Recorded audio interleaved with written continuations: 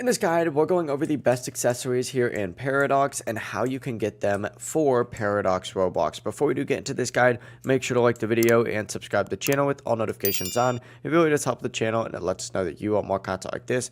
We'd greatly appreciate it. If at any point throughout this guide you had any questions, just ask them down in the comment section below and we can help you out further. I'm going to be doing my best to reply to every single comment down there. Now, accessories give you stat boosts like HP, Ryatsu, and Posture, and you can equip multiple at once. You mainly get them from Ranked Though, PvP, Eternal Flame, bosses, and missions, and by far the best accessories are usually the legendary or mythical ones. Now, for example, the Weaver Mask is by far one of the best overall because it gives you high stats in literally every single category, but if you want Posture, you'd want to go for something like the Diamond Armor. For like tanky damage, go for something like the Designer Jacket since it's a strong option.